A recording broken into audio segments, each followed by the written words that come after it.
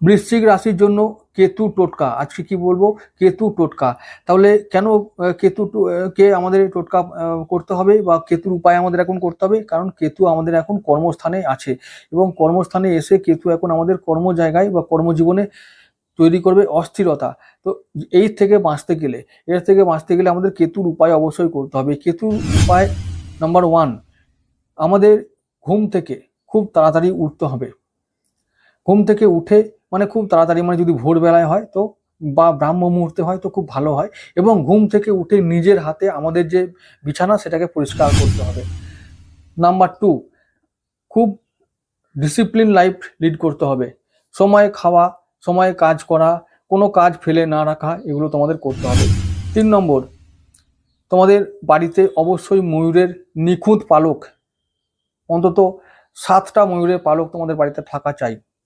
ময়ূরের পালক আনতে হবে, ময়ূরের পালক থাকলে আমরা কেতুর অশুভ প্রভাব থেকে বাঁচতে পারি।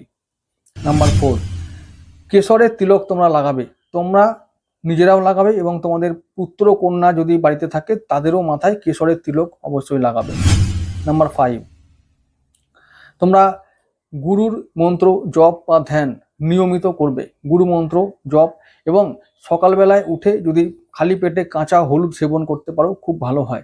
কাঁচা হলুদ খাবে এবং হলুদ মাখবে। হলুদ এই কপালে, গলায় এবং নাভিতে নিয়মিত লাগাবে।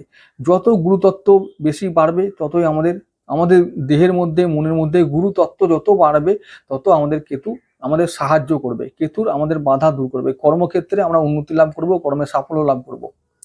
নাম্বার 6, যে নিয়মটা খুব সোজা নিয়ম। নাম্বার 6 হলো যে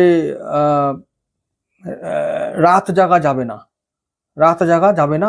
রাতে জাগলে কেতু খারাপ হবে এবং চন্দ্র খারাপ হবে।